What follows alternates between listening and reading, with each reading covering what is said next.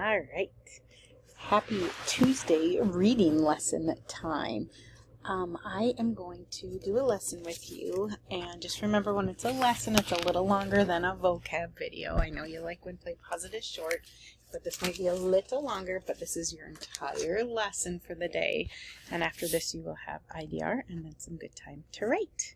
Okay, so we are starting Unit 9, and Unit 9 is going to be talking about reviews at the beginning. So basically it's writing a review of a book or a story or a text, and a review really is just you sharing your opinion and kind of your judgment of some text.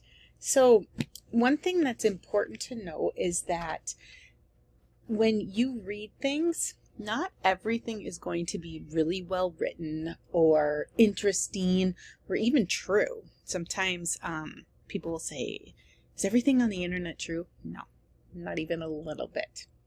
So as readers, we need to make sure we form our own opinions and make judgments when we read. And some of the questions we can ask are things like, is the text well written? Do I believe what it is saying? Do I agree with it? What is the author's opinion? Okay, if that's the author's opinion, what if someone has a different opinion? Do I like this text? Do I want to read more like this? So those are all things that you do, and the fancy word for that is called synthesizing. Okay, so here's what we're going to do. I'm going to read a story to you. It's called Zoo, and it looks like this. Okay, it's written by Edward D. Hoke, and it is a science fiction story. So science fiction a lot of times will be things in the future, maybe amazing inventions or scientific things, space travel, robots, different things like that. Okay, so this is going to be about an incredible zoo in the future. I'm going to stop just a couple times to get your thoughts, and then we'll do a few questions at the end, and then we'll do way more with this tomorrow. All right, zoo. The children were always good during the month of August, especially when it began to get near the 23rd. It was on this day that Professor Hugo's interplanetary zoo settled down for its annual 6-hour visit to the Chicago area. Before daybreak, the crowds would form, long lines of children and adults both, each one clutching his or her dollar and waiting with wonderment to see what race of strange creatures the professor had brought this year. In the past, they had sometimes been treated to 3-legged creatures from Venus, or tall, thin men from Mars, or even snake-like horrors from somewhere more distant. This year, as the great round ship settled slowly to Earth in the huge Tri-City parking area just outside of Chicago, they watched with awe as the sides slowly slid up to reveal the familiar barred cages. Okay, I'm going to put this down here. I don't want you to see. Okay, so my question for you is, tell me one thing that's happened so far in the story. And then the second part is, what do you think will happen next? So give me a prediction. So first thing, tell me one thing that's happened so far, and then give me one prediction. We'll pause there. All right, continuing on. I will put it back up for you. All right, so we stopped with, where's my spot? They watched with awe as the sides slowly slid up to reveal the familiar barred cages. In them were some wild breed of nightmare, small horse-like animals that moved with quick, jerking motions and constantly chattered in a high-pitched tongue. The citizens of Earth clustered around as Professor Hugo's crew quickly collected the waiting dollars, and soon the good professor himself made an appearance wearing his many-colored rainbow cape and top hat. "Peoples of Earth," he called into his microphone. The crowd's noise died down as he continued. "Peoples of Earth, this year you see a real treat for your single dollar. The little-known horse spider people of Khan, brought to you across 1,000,000 miles of space at great expense. Gather around, study them, listen to them, tell your friends about them. But hurry! My ship can remain here only 6 hours. Now, the next part, I'm not going to show you because we're going to do a question. And the crowds slowly filed by, at once horrified and fascinated by these strange creatures that looked like horses, but ran up the walls of their cages like spiders. "This is certainly worth $1, one man remarked, hurrying away. "I'm going home to get the wife." Okay, we're going to pause there really quick. Tell me one thing that you think might happen next. Pausing. Okay, here we go. I'll show you the next part. Okay, so we're right here. All day long, it went like that, until 10,000 people had filed by the barred cages set into the side of the spaceship. Then, as the 6-hour limit ran out, Professor Hugo once more took microphone in hand. "We must go now, but we will return next year on this date. And if you enjoyed our zoo this year, phone your friends in other cities about it. We will land in New York tomorrow, and next week on to London, Paris, Rome, Hong Kong, and Tokyo, then on to other worlds." He waved farewell to them, and as the ship rose from the ground, the Earth peoples agreed that this had been the very best zoo yet.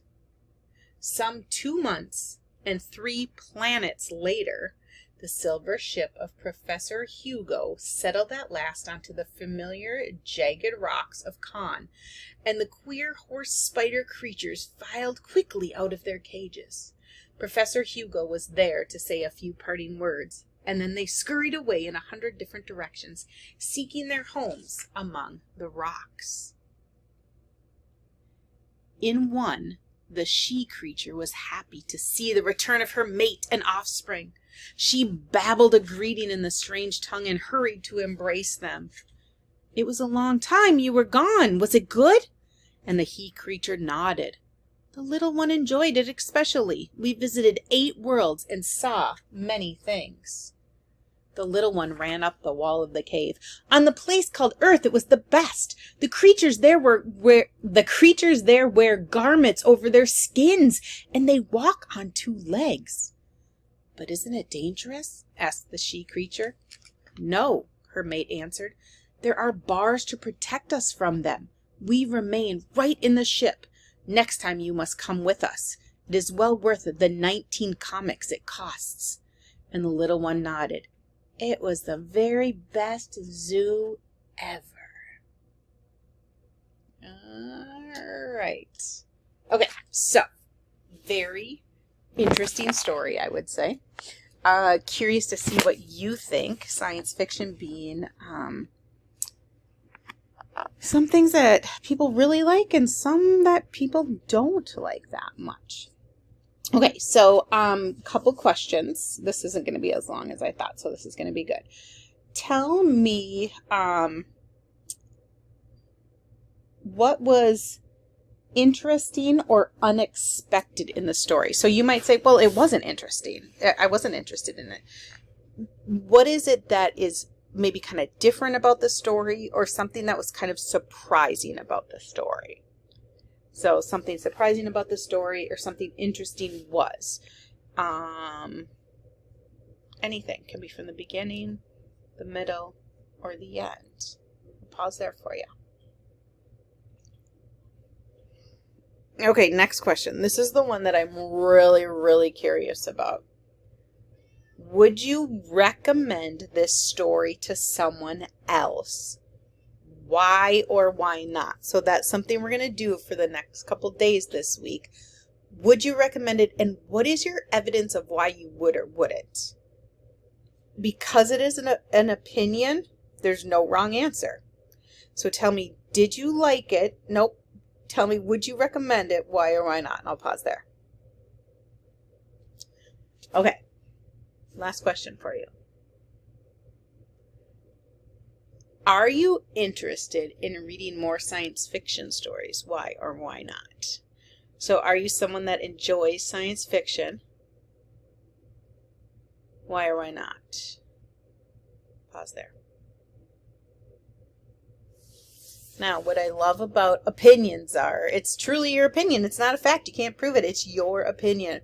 I am not a huge fan of science fiction, but there are some types of science fiction that I enjoy. So some people might think of Hunger Games and Divergent and those types of stories as science fiction. I love those kind of stories.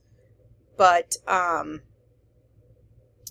well, and then I'm thinking Maze Runner. I love that. So I guess I am more of a science fiction fan than I thought, but it has to be a good kind. I just did good in quotes with my fingers, air quotes.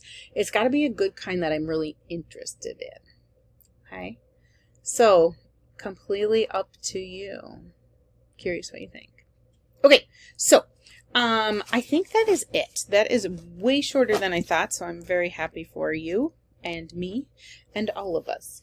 Make sure that you do a great job the rest of Language Arts time. Make sure you have a great book. So my question, of course, is going to be, what book are you going to read during IDR? Your answer may not be, I don't know. And then I wish you a wonderful IDR time and a wonderful time writing and working on your awesome stories. I'm excited to publish fiction this week. I think that's all I got for you. See you later.